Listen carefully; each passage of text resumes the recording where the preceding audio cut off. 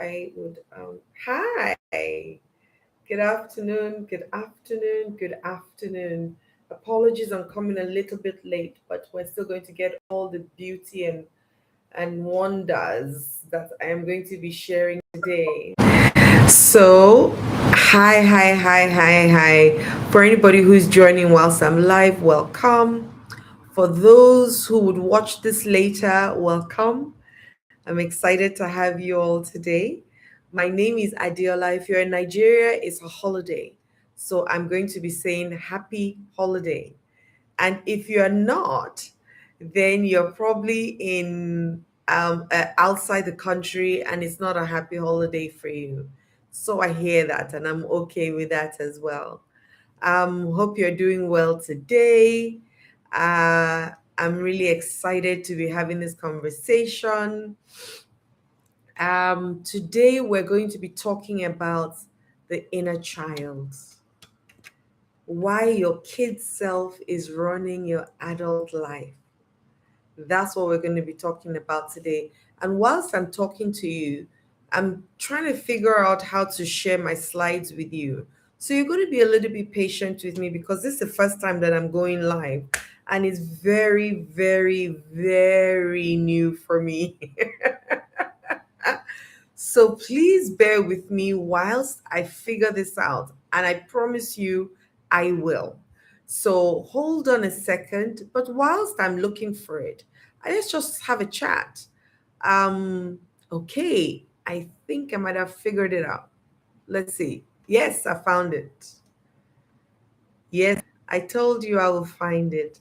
And so today, this is what we're talking about is the inner child, the breakthrough for the inner child. And this is why your kid self is running your adult life. Now, I like to add my notes in it because you can also use that as well to sit down and think through it so that it's not all in my head, it's on paper as well, if you don't mind. Now, that voice in your head that says you're not enough is not you. It is your 7, 3, 4, 5, 6, 8-year-old still trying to earn love. That really is it. I went for an event someday and I was asked why people have this critical voice in their head. And I said to them, that voice is not yours. It's your father's voice, or your mother's voice, or your auntie's voice, or your uncle's voice, or your teacher's voice, or your preacher's voice. It's not your voice. No child came into this world with a critical voice. No child. I mean, if you have children, or nieces, or nephews, or neighbors, or church members who have children, have you ever seen a 2-year-old say, Mommy, I think my hips are too big? My backside is too big. Oh, my nose is too big. Or I'm afraid of animals. No, we have only two fears that we came into this world with, the fear of heights and the fear of sound. Every other fear we learned. Every other fear. So that voice in your head that says, I'm not enough, I'm not worthy, I'm not beautiful enough, tall enough, short enough, fat enough, skinny enough, black enough, it's not your voice. It's the critical voices of the people that raised you that you believed was your voice. And the truth also is that you can believe in a lie so much that it becomes your truth. So that voice is not yours, my sisters and brothers. And so let's ask this question. How old were you when you first learned that love had conditions? That you had to earn the approval of people around you, and that being yourself wasn't enough? That moment, your inner child stopped growing. Let me share a little bit of my story with you. I'm a middle child. Second, I had an older sister. She's transitioned now. I have a younger brother and a younger sister. So I just didn't feel like I fit in anywhere.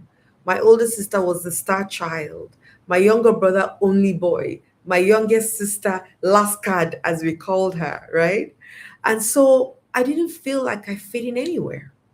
I used to look around and think, why do I feel unloved? And so, because there are four predominant roles that we play as human beings, whether as a child or an adult, Is the first role is the brilliant child, the second role is the carer child, the third role is the sickly child, and the last role is the sickly, carer, brilliant, rebellious child. And I was a rebellious child because that's how I received love. Now, as children, we also don't know that beating is not love. In our mind, as long as all eyes are on you, you feel love. And so I learned from a very early age that I had to keep performing and pretending to be different things. And guess what? I changed roles, and we all do also, because one role might stop serving you. You need to pick up another role. And in that situation, I then later picked up the carer role because now that I care for other people over myself, I feel important because everybody's now praising me. What about you? When did you learn that love was conditional? And what happened to you? What made you feel like you had to perform? And if you want to share with us, share in the chat. What specific memory do you have that shaped this belief for you? I just shared mine.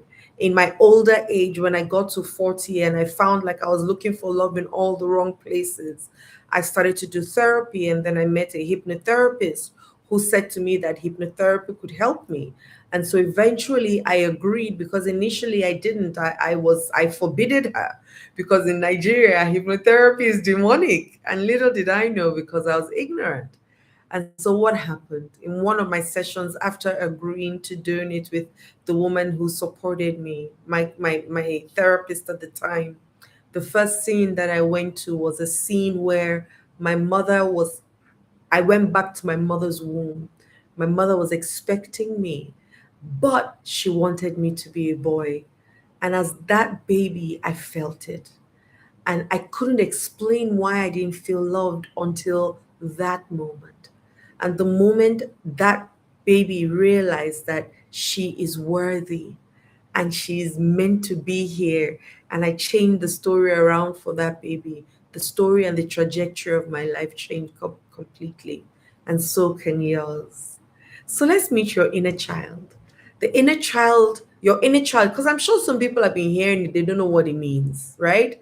But let's talk about it a little bit today, okay? Your inner child is the part of you that still believes what happened to you at 5, 7, 12 still is what is in your life right now, that it is who you are, but it is not.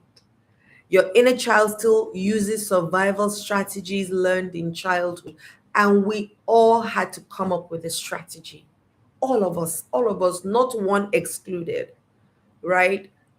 Unless, of course, you grew up with secure parents and they taught you how to be a secure child. Most of the people that I've seen and I've met on earth, and maybe not, I might not have met a billion people, but I've met quite a number of people. And it's all one story or the other. Oh, when I was young, my mother or my father or my guardian or my teacher, all of those things which formed us, because between the ages of 0 and 8, your subconscious mind is formed 85%, if not more. So you can continue to live like that child, even in an adult body, and you will never know it. So we still use survival strategies. We still feel the same emotions with the same intensity as that is running your adult decisions without your permission. Because that inner child didn't grow up. Your body grew up, but that child never did. And so the problem is your inner child is making adult decisions with a child's wisdom. Can you imagine that? I have a 10-year-old. Imagine my 10-year-old making decisions for me now in my almost 50-year-old body. Check that out. What kind of decisions will she be making for me? They will all be emotional. They will all be painful. Mommy, I feel, mommy, I feel. They won't be logical, because also your logical mind doesn't form completely until you're about 25, 26. So when we even tell a child at 22, we say they're adults, their brain, the part of them that can think logically for them is not yet even fully formed. Not to then think about a 5-year old. What kind of decisions would that 5-year old make for you? So in my case, it was that unborn child that was making decisions for me. So once again, when did you learn love was conditional? And what happened to you? Let's talk about it. Share. So now the science behind it. Your brain does not know you are grown. The amygdala, it's your emotional brain. It forms most of its neural pathways between the ages of 0 and 7. These pathways remember and repeat patterns automatically. So your amygdala is like the smoke detector of your brain. Once it learns there's fire, it is always on alert. Then you have your prefrontal cortex, which is your adult brain that doesn't fully develop until you're 25. This is your rational brain, the part that knows you're safe, that can think logically, that can make good decisions. Problem is, it can be overridden by emotional memory stored in your amygdala. Your amygdala is the oldest part of your brain, actually. It holds your emotions and your memory. And your emotions started from when you were a heartbeat in your mother's heart, in your mother's body, because your heart is what grew first. And then at some point, almost about 3 months, your ears started to grow. So you could hear and feel just from when you were a little baby. Now, think about that. Now, imagine that that unborn child of mine was creating all these emotions that kept on repeating itself because danger, danger, danger is what I registered. The science doesn't know you're grown. Harvard study shows that childhood patterns predict adult behavior 80% of the time. Let's look at that. But there's good news. Neuroplasticity means that you can rewire these pathways. Your brain isn't fixed, it is plastic and it can change. Isn't that good news? Sorry. Hold on a second. I just got a message that is saying that the slides may not be showing. So I was told to click on. I told you guys that I'm just learning this. I'm learning it with you. This is very new for me. I've never gone live before. I thought to do something different. Click on presents view. I can't see it, my dear. I can't see presents view. I can't. So can you see my slides by any chance? I hope you can see my slides fully. I hope so.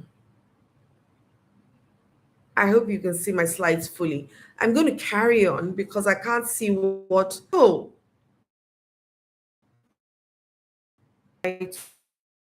to reconnect. Are we back? I think we're back now.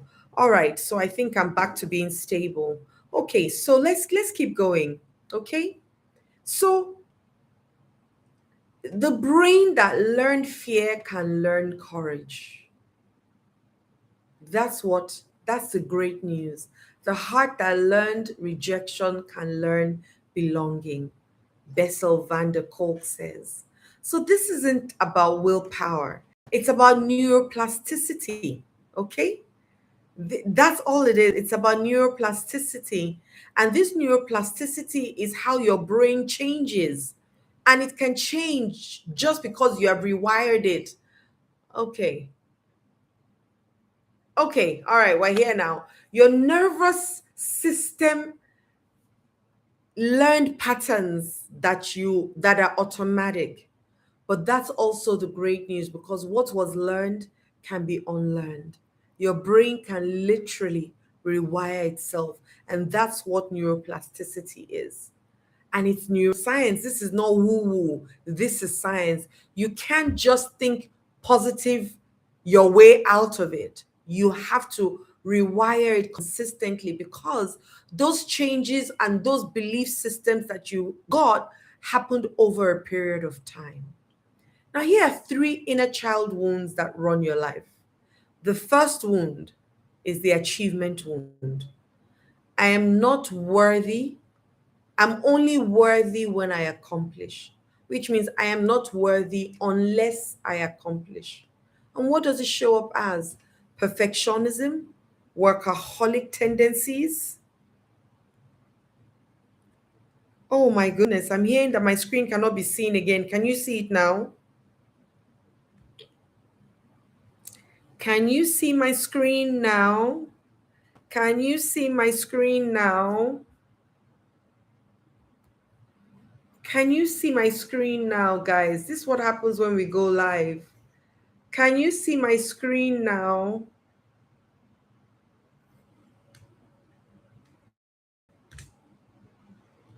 No. Okay. Can you? My screen is showing. Oh, I'm still. Let me stop sharing and share again. Okay. Let me stop sharing and share again. Can you now? Sorry, guys. I have today is one of the. Oh, okay. So maybe I should put this on. Can you see my screen now?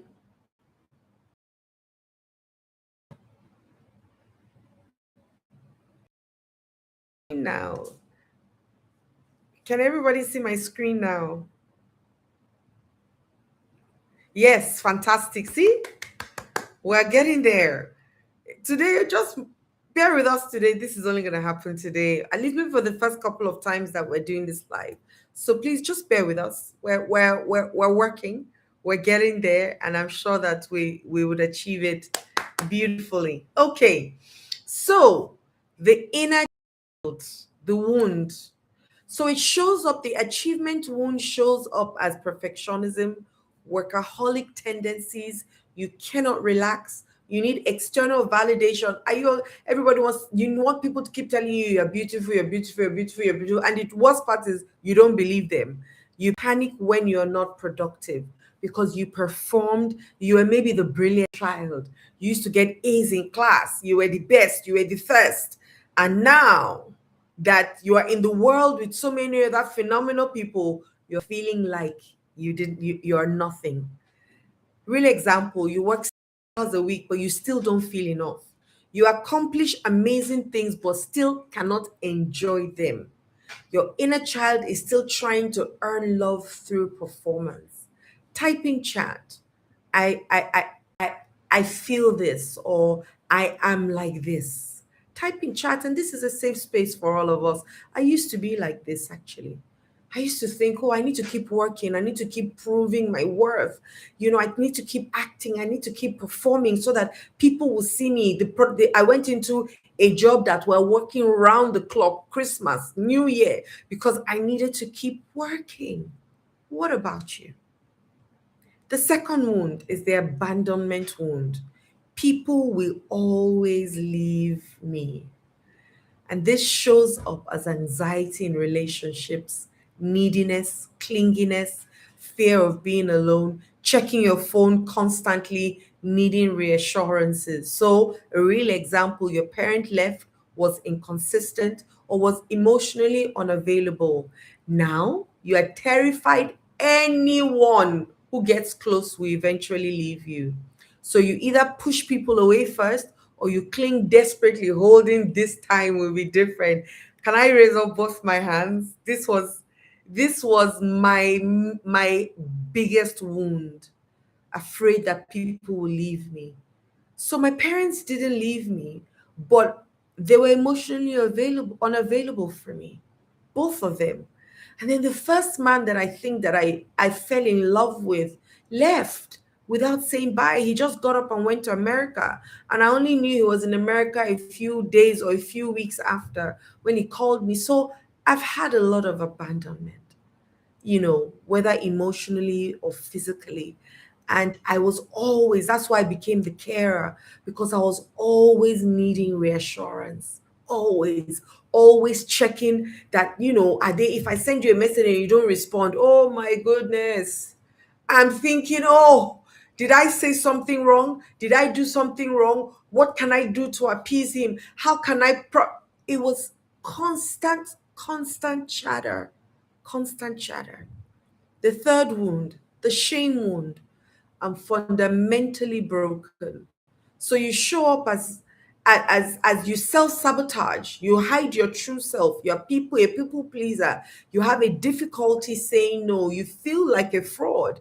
So you're ashamed as a child, made fun of, criticized, told you were too much or not enough. Now you hide your parts of yourself and you feel like if people really knew you, they will reject you. Can I raise up both my hands again? Can you see that I had all these wounds? All of them. All of them. All. But the wound that hit me the most, or I think is the second one, the abandonment wound.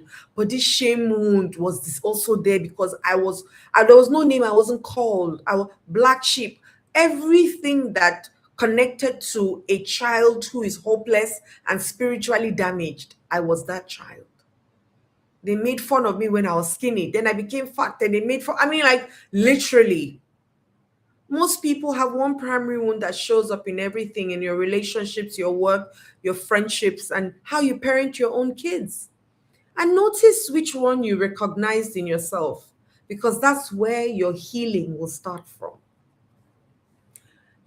That's where your healing will start from. So I promise you, I had all of this. I could not come out and speak in public because people used to make fun of me. So why would I come out and speak in public? So even when I saw what had opportunities of being an actor, being on stage, I'm like, nah, I'm not doing it. What about you? And I also started to raise my stepchildren that way when I became their mother. And then when my own child came, I did the same. I used to shame them because I didn't know any better. I didn't know any better, you know? So this is not I'm pointing fingers. I'm saying the remaining four are coming back to me. I can see myself in all these places. Abandonment was so big for me, but the shame wound too was huge. The overachiever maybe was the last, right? Or is my least. But these two, my goodness, share your story with us. I met an overachiever, Sarah, 34 years old, CEO of a tech company. She had everything, house paid off, 250,000 salary, dream job with influence, beautiful family. But she was miserable. She worked 70 hours a week, checking emails at 2 a.m., had panic attacks, irritable with her family. She couldn't enjoy anything she accomplished. She was always thinking about, okay, so what next? And it's always the next. And when she came to me, she said, I have everything I thought would make me happy. So why do I feel this way? And so we did some work together and we discovered her father, a successful businessman, never praised her. He only noticed her when she failed. When she got a B plus, he'll say, why wasn't it an A? The people that had A, did they have two heads?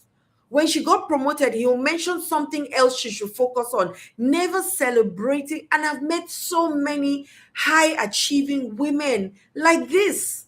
They had parents, fathers especially, because a lot of girls look up to their father. And most of us get our identity from our fathers, both male and female. We actually get our identity from our fathers. So that's why we're all striving to be daddy's own, because it's almost like daddy's own is precious, at least here in Africa. She spent her childhood learning. Love is earned through perfect achievement. At 34, she's still trying to earn her dead father's approval. Because you don't know that your father is dead, you are still doing it. Don't forget, it's that child that is still running this adult life. So her breakthrough, she realized her inner child had made a deal with herself. If I'm perfect enough, if I achieve enough, if I'm successful enough, then I'll be worthy of love. But is that really true? Her father also couldn't give her that approval. He was broken in his own way. So now at 34, no amount of achievement would ever feel like enough because that inner child made an impossible bargain with her. What changed? She cut her work to 40 hours. The panic attack stopped. She eventually enjoyed her family. Productivity increased. Turns out rest equals better decisions. She could finally celebrate wins without immediately moving to the next goal. Her inner child finally felt safe, and now she could grow up. This was after we did a lot of work together. Sarah says, I didn't realize I was still performing for a ghost. Ah, that was such an aha moment for me because I learn a lot from my clients. And it's so common. High achievers who have everything, but they still feel like nothing. That they're still that kid trying to earn love. They're just doing it in grown-up ways now. So you see them constantly working. Rest is a problem. I was telling somebody during the week to go and do a scan for his body and all of that. I kept on asking, have you done it? He says there are other important things. What can be more important than your body, please?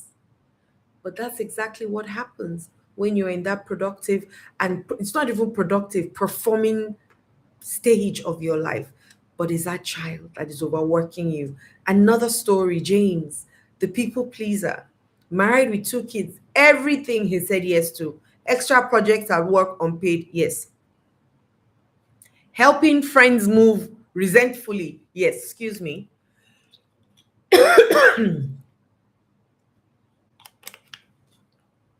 Taking care of aging parents at his own expense and the expense of his family.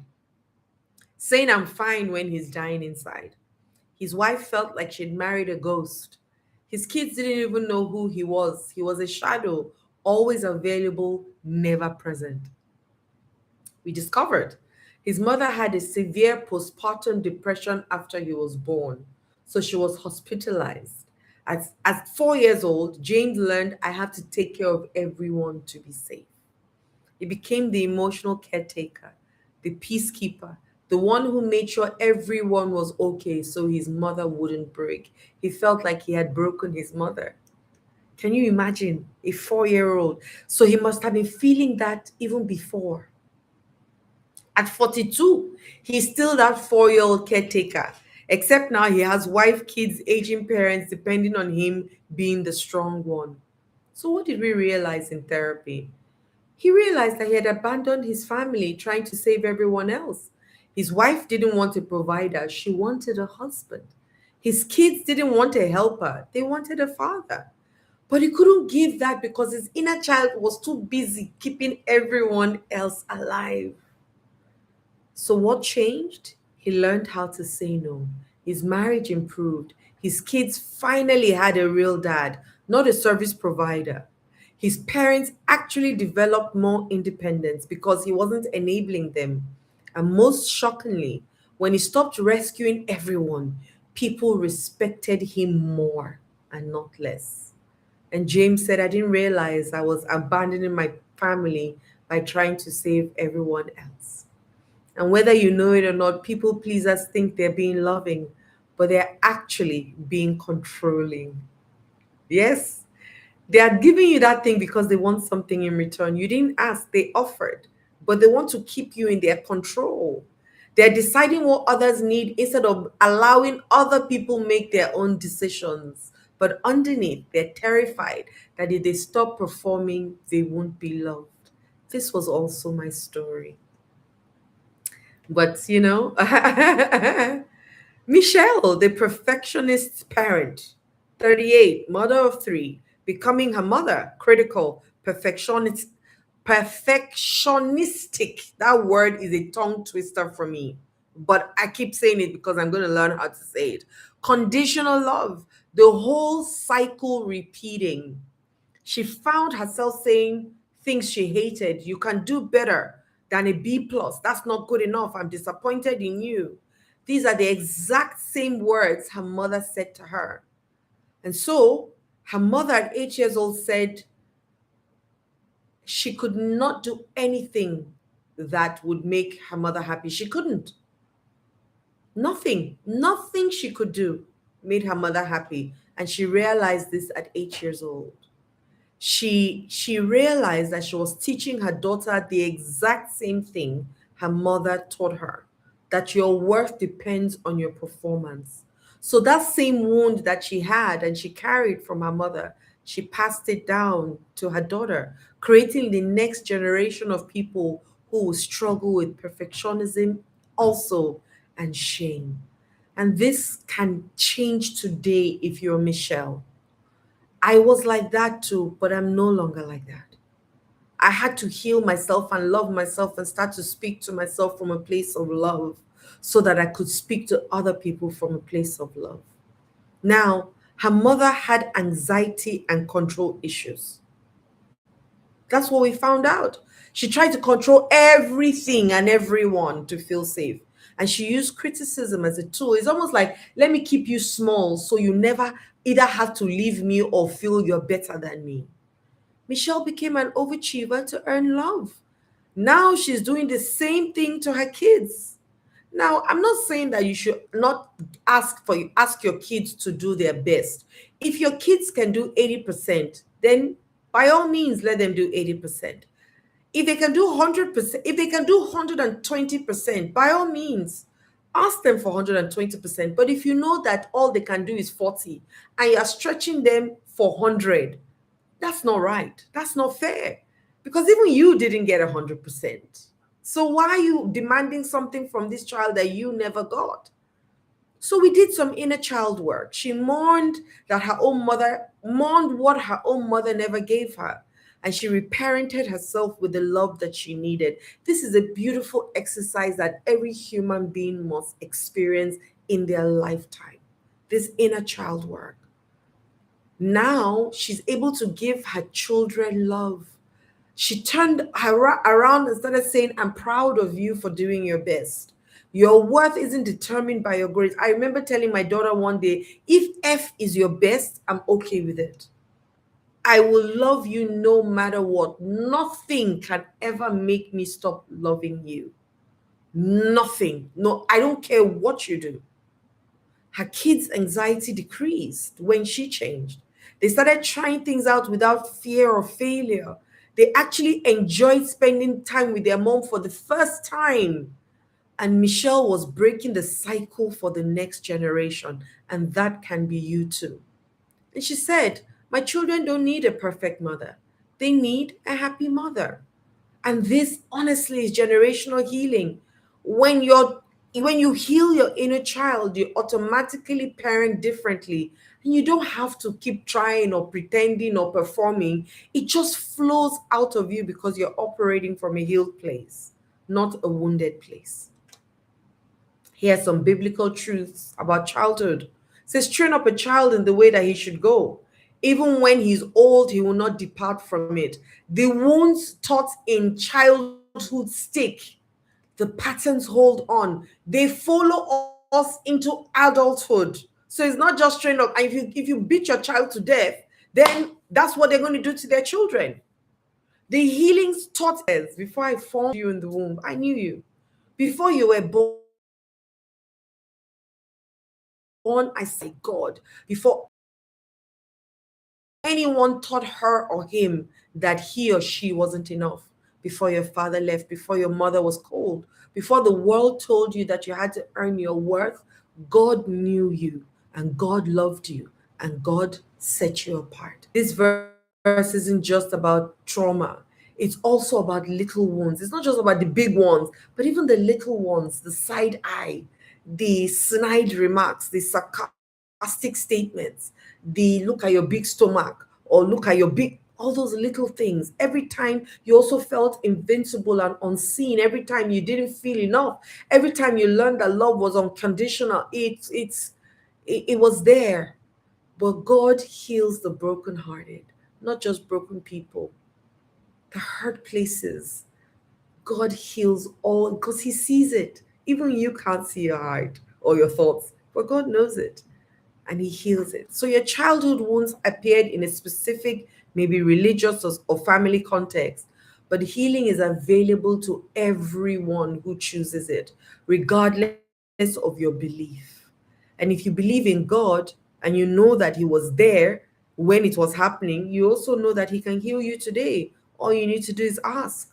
The mechanism is the same: love, awareness, intention, practice. Just keep rinse and repeat. Love, awareness, intention, practice. And I say to people that when they say, what's therapy? I say therapy is cash. Therapy is clarity, it's awareness, it's giving you a structure or or a plan to use. You create a structure or yes, there's another word I like to use, but structure also is fine. And then H is healing. And once you're healed, the sky is just the beginning for you and your family.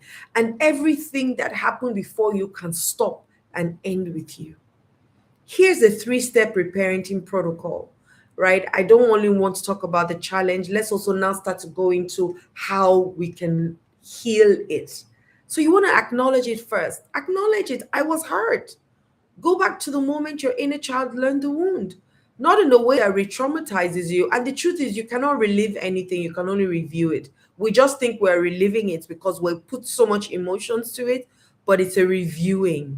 Some people have said to me, I don't want to go to something that I don't want to remember or something that can damage me. And I say, you can't relive it. You can't change what happened a minute ago. In fact, a second ago. But you can remember it as though it is still happening and keep it in your frequency, but you can't touch it. It's gone. It's like the water you use in your shower. You can't go back and get it. It's gone. Or the cream you use to cream your body. Once it dissolves in your skin, that's it. You can't take it back. That's what happens. But you can go back to it with gentle awareness. Where were you? How old were you? What was happening? What did you decide about yourself in that moment? You feel it. You don't minimize it. Don't spiritualize it. Don't even try and give excuses. Well, my mom. No, I always say to people, first of all, you must admit that your mom was irresponsible. Then you can forgive her. But admit it first. You can't just forgive. You will always come back to that feeling that you never touched. Don't say it wasn't that bad. It was. It was, in fact, it was very bad for you, for a child. So when my dad ignored my report card, I learned I wasn't good enough. When my mom was cold, I learned love was dangerous. When my peers made fun of me, I learned I was too much. Name it, feel it, and let yourself grieve it. You must. Then let it go. Don't hold on to it. Let it go because it's no longer, you're just the one holding on to it. It doesn't exist anymore. It's that child that is holding on to it, remember? Very good. Number two, reassure. That's the second step. Give what was missing. Tell your inner child what she or he needed to hear. Not in a fake way, not as affirmations that don't land, but as an adult who has perspective now. You are enough. You don't have to earn love. You are worthy just because you exist. It wasn't your job to take care of everyone. You were just a kid. It's true. That the way they treated them and not you. Now, this process, I want you to repeat it. Let me tell you one thing that I used to say to myself, that I would cry on for months. The sentence, I'm so happy you're a girl. Ah, even as I say, there's warmth in my heart now. But at some point, it was tears that I would cry because they wanted me to be a boy. So I felt rejected. Whatever it takes, guys, I would do mirror work exercises. I would stand in front of my mirror. What I love about you is, what I'm proud of you for is, what I forgive you for is, what I commit to you, and you can do it. And I would write 7 things and change. I did it 6 months. Say it to yourself in the mirror, write it, speak it out loud. Your inner child needs to hear it over and over and over again until it rewires. You don't change a bad habit, you create a superior one that makes the old one obsolete. Give it to yourself. Tell yourself, I love you. And if you come and work with me, I'll show you how to do it so powerfully. Tell yourself, I love you just the way you are. I love your eyes, your nose. I mean, if you spend time with me, I'll teach you how to love on yourself. Third one, reparent. Third step, you've got to make decisions differently now. Your adult self gets to decide differently, and that is beautiful. I choose rest over achievement. I choose honest relationships over perfect ones. I'm enough as I am. I get to have my needs. I don't have to perform. I'm okay the way I am. Honestly, when you want to work through the weekend, your adult self says, no, I'm resting.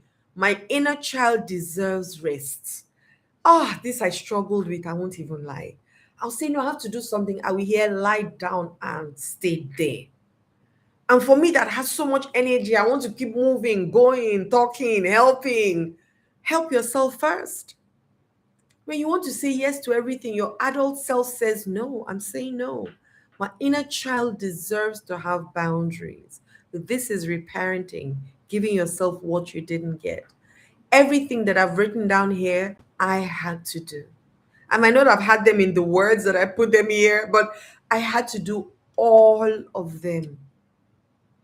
This isn't just therapy, it's active healing. You are not just talking about the wound, you're changing how you also relate. So you're creating a higher, superior knowledge that is making the old one obsolete. And the praise that you actually really are looking for is the praise that comes from you to you. That praise has no agenda in it. Every other praise does. Every other praise does. Should I say that again? If your father says you're such a fantastic child, you have just done something for him. Or your child, you've just given them something to eat.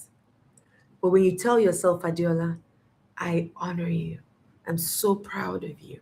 I thank you for just being. Did you see how that landed? Even on me, a smile immediately came on my face because that was true for me to me. And you can reparent yourself today. I'm My mother is 72. I'm helping her reparent her own self. But if I didn't do it for me, I couldn't be doing it for her. So here's a tool that I'm going to give to you. Write a letter to your inner child from your adult self. And here's a structure that I put for you. Dear, maybe your childhood nickname or your name. I want you to know something important. And then things that you experienced that hurt you, list them out. When dad left, when mom was cold, when I felt invincible, when I had to be perfect. And then how do you respond, how you had to respond to stay safe. Write those things out. I had to become avoidant because, yes, you became a people pleaser. You became an overachiever. You shut down your emotions. You tried to be invincible. You did these things because you were smart. These are just examples that you can use. And then now write what I know about those situations. Write the truth your adult self understands today. It wasn't your fault. You were only 5. You couldn't have done jack, diddly squat. You couldn't have done anything. You were dependent on them. So anything they said, you had to do. But they were meant to know better, to do better. So that's on them and not you. Even down to, I've had, situations of people being molested and they've held on to those beliefs that I'm the broken one, I'm the bad one. No, you had irresponsible parents who were not looking out for you, that you didn't trust, right? What you deserve to know about yourself, and this is where you now start to write your truth. I am worthy, not because of what I do, but because of who I am. I am air. I give people a reason to live, love, and breathe. I'm light. I bring clarity, understanding, and awareness. I'm love. I love because it's who I am. I'm a lighthouse. I lead people safely towards their destinies. I'm an Kai, I have so many names for myself and so many things. I'm a life giver and a kingmaker. I'm an example on earth that God exists. I'm a custodian of the good news. Even the difficult parts, write it. You deserve rest, please. You are safe now. So here's how you commit to yourself, guys. You've got to. How I'm going to parent you differently now is you tell yourself, I am going to reparent you. I'm going to let you rest without guilt. I'm going to commit to yourself. Use some of my examples. And then end it with I see you, I love you. You are safe now. Love, put your name. This letter is so powerful. You might cry writing it, but that's okay. Tears needed to come out. That's why they did. That's the healing happening. So you keep it, you read it when you're struggling, you refer back because you need to keep reminding that child. Almost, you need to read that letter to yourself every day. And best times to do it at night before you fall asleep, and first thing when you wake up in the morning, because you are in the most receptive part of your brain. Do that and tell me, do it 30 days, 60 days, 90 days, and tell me how you feel about yourself. Now, here are some of the signs that some people, I'm sure, watching me and say, there's nothing wrong with me. I don't have any inner child issues. Okay, here are some signs, right? You can't say no without feeling guilty or anxious. You need external validation to feel worthy. You feel anxious when you're not achieving or producing. You abandon yourself to keep others happy. You have panic attacks or anxiety out of nowhere.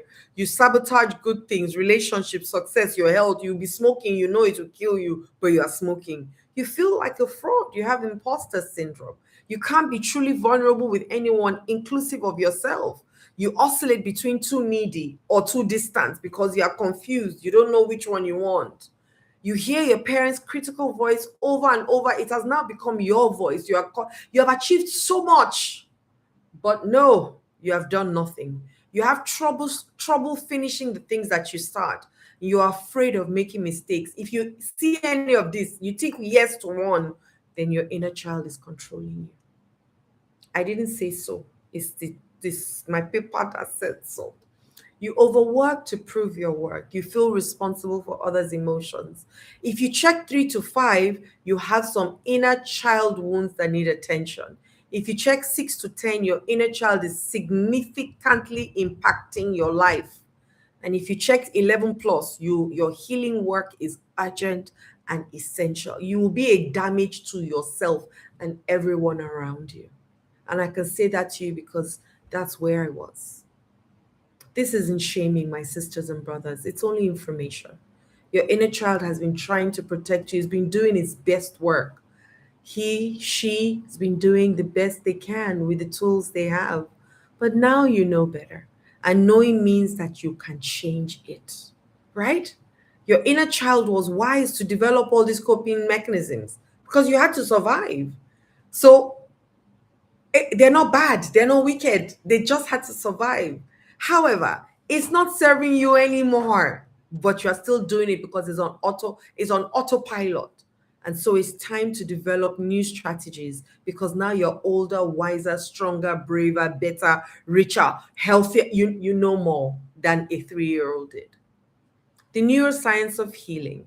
When you access an old memory with new information, your brain can actually update that memory. It's called therapeutic reconsolidation. And it's one of the most exciting discoveries in neuroscience. So, old memory activated, something triggers you. New experience information introduced, your adult self shows up. Memory is re-encoded with new meaning. Neural pathways rewire to the new pattern. It is so possible, guys. If it can happen to me, it can happen to anybody in the world. I promise you. I promise you. Okay, so old memory, dad ignored my achievement, therefore I'm not good enough. New memory, dad's inability to see me was about his depression, had nothing to do with my work. Updated memory, dad had his own stuff. That wasn't about me. I am good enough. New neural pathway, instead of I'm not enough, it becomes I am enough. So you can literally change and rewire your childhood programming, not by healing it, not by ignoring it, but by healing it. Yes, you've got to give it new meaning. So 6 to 8 weeks of reparenting work creates measurable brain changes, and they show visible changes on brain scans. I promise you. And this is why therapy works. This is why coaching works. This is why repetition works. You're not just thinking differently, you're literally changing your brain structure through intentional practice. I was having a training this week with some phenomenal high flying women, and I was saying some things to them, and they were wondering, where did this child come from? And I said to them, I don't have the capacity or the programming anymore to think negative. That's what I said to them.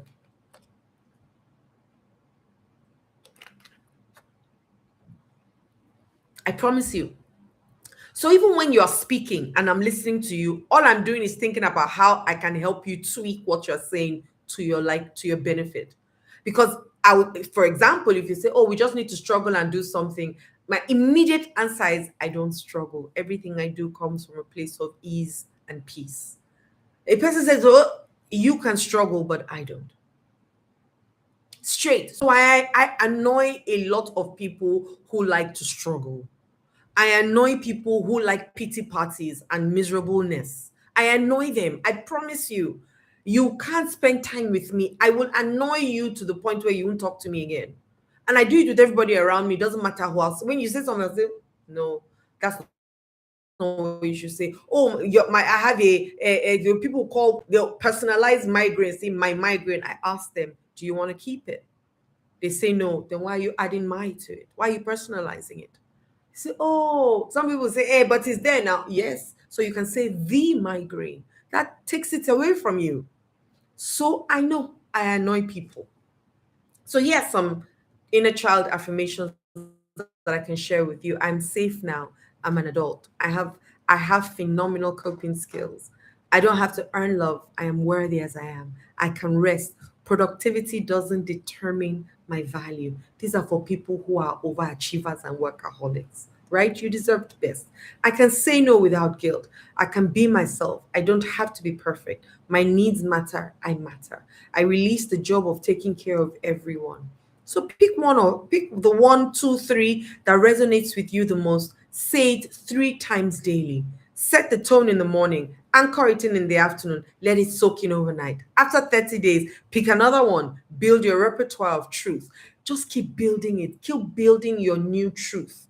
And if the truth is all the other ones you've been telling yourself is a lie. So even if you like lying, can we lie better lies? Say them aloud in front of your, oh, you should see me sometimes, stand in front of my mirror. When I hear myself, you'll be wondering if everything is okay. Affirmations work because repetition is the only thing that can rewire your neural pathways, because that's how it was formed in the first place. So don't just use it once and say, I'm worthy, I'm beautiful, and that's it. Then you come back again in 6 months. It's like going to the gym once in 6 months and saying you have six pack. It won't work. So you've got to do it continuously. You consistent with it. Be determined to keep doing it. Practice is the only thing that will create change. So here's a challenge I have for you. Week one, remember the first thing we said was awareness. Be aware about it. So notice when your inner child shows up. When you feel like a kid in an adult body, when you feel like, just notice it, write it down, journal daily, don't judge it, just notice it.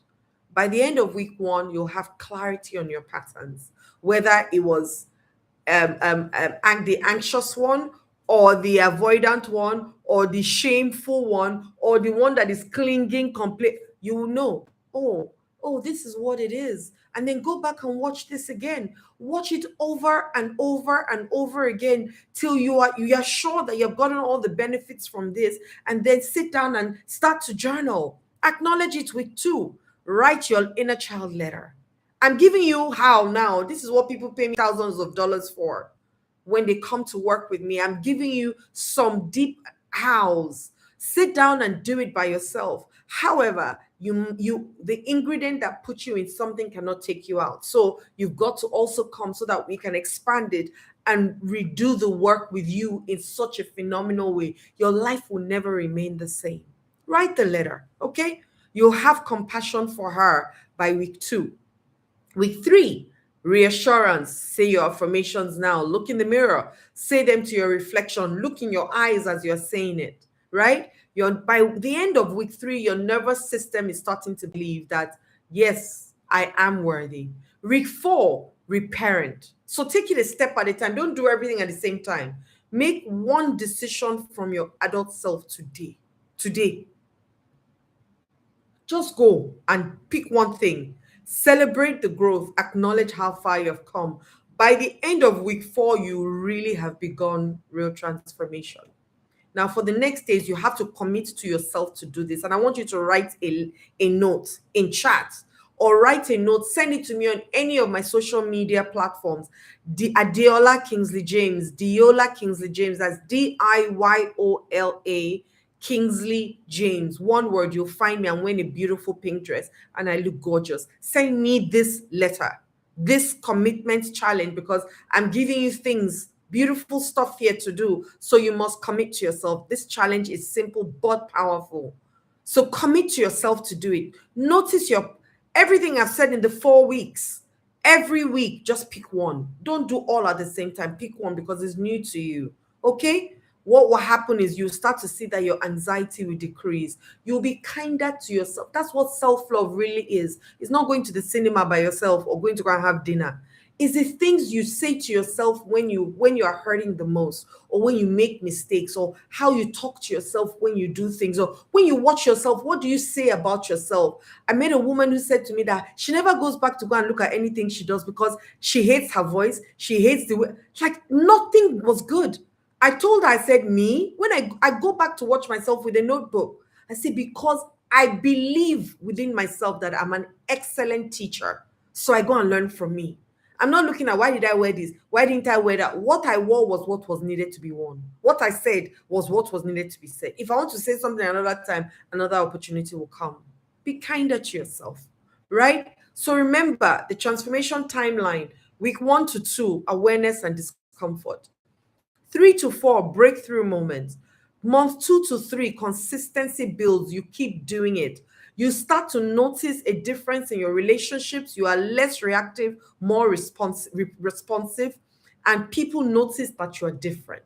Month 4 to 6, if you do this for 1 year, guys, that's why I've stretched it out for a year to tell you that it's possible. I've done it now for 5 years, 6 years ongoing now, right? Integration 4 to 6, new ways of being feels more natural. When you say something, you won't be thinking, is it true? There's certain things I don't know how to think negative. I don't. I don't watch the news. I don't sit in those places at all. 6 to 12 months, there's deep change. Your old patterns feel foreign. I promise you, I don't know how to do it anymore. This isn't linear, sisters and brothers, right? You've just got to follow through. And I'm not asking for perfection. I'm saying let's be progressive with it. 3 months from now, you'll be very different if you do exactly what I've said you should do. And this is for anyone and everyone, no matter what age you are. Some people I know will move fast. Some people will move slow, and that's okay, right? Somehow it depends on the severity of the wounds. Me, I was wounded. So I was doing everything time. If you ask me to do something once, I would do it 3 times. And that's why my transformation was so phenomenal, because I did things over and if I ask you to do something once, I've done it 10 times. That's how determined I was. I became a no matter what person, and I became so militant to myself to build the discipline and build all the things that I needed to change it. I wasn't going to keep giving myself the excuses I was giving myself anymore. No, no, no. And now my relationship with my mother, beautiful. My father has transitioned, but my relationship also with my father is beautiful. The conversations I have with him, but that's story for another day. Okay? You will heal. And movement is happening regardless. You might not see it in the first week or first month, and you'll be wondering, why did I still shout? Keep doing it. All work works. Work works in you, on you, through you, and for you. Just remember that. In me, on me, through me, and for me. In and on, nobody's seeing it. Even through, to a large extent. For is where everybody now sees and says, oh, she was an overnight success. Yes, after 20 years of all the work that was working. And I thought, oh, what's going on? Yes, it's happening. Okay. So, key takeaways: your inner child isn't the problem. You can reparent yourself again. Your inner child has been protecting you with the tools they had. Even the bad behaviors were survival strategies. So please don't reject him or her. Reparent her, right? And you can give yourself all that attention and affection you needed. You can actually give it to yourself. It is so possible. I'm a living testimony to that. Healing is possible because your brain can be rewired, and your future relationships depend on this in a big way. How you treat yourself teaches other people how to treat you. And your kids inherit your wholeness or your wounds. What doesn't get transformed will get transferred. And your life is affected by all of this. But not only your life, the life of everyone who comes out of you. So you're not alone. Millions of people are reparenting their inner children. The work is hard, I know. I can tell you for free, it's not easy, but it's so worth it. And the good thing is, you don't have to figure it out alone. That's why you have me here. I've done the work so that I can make it easier for you. And if you do what I've asked you to do today, you've got to tell yourself today, you would have more joy, less anxiety, right? Today. This is the moment, honestly. This is the moment where you need to decide that every change will start with me. I had to do that. That my ancestors could have done whatever they didn't know better. But me, all that pain and hurt ends with me. Moving from me, oh my goodness, will be love, will be empathy, will be joy, will be wholesomeness, will be laughter, will be play, will be curiosity. Now I go out in the rain to dance with my daughter. Can you imagine that? We will go out dance for 30 minutes in the rain. I promise you, we play pillow fights. All the things that I used to wonder, she would say, Mommy, I have this new dance step that I learned. Come and teach me. Right? Please. It is so important for tomorrow because I have a dream. And my dream is to raise 10 billion wholesome, healthy, wealthy, flourishing human beings all over the world who are living a life of meaning and purpose. That's the dream that I have of this world. Not all the things that are happening right now. No. And join me in the dream. Join me. Because if I change and I help change you, you have at least 300 people connected to you. Those 300 have 300 each. And imagine we're really already reaching the world. So come for the support so that you can get it and then be the support for others. Yes? I know you'll do it. Unless you become like little children, Matthew says, you will never enter the kingdom of God. Therefore, whoever takes the lowly position of this child is the greatest in the kingdom of heaven. Jesus wasn't talking about being childish. He was talking about three things: wonder, openness, and the trust of children. Your inner child has these gifts too: wonder, openness, and trust.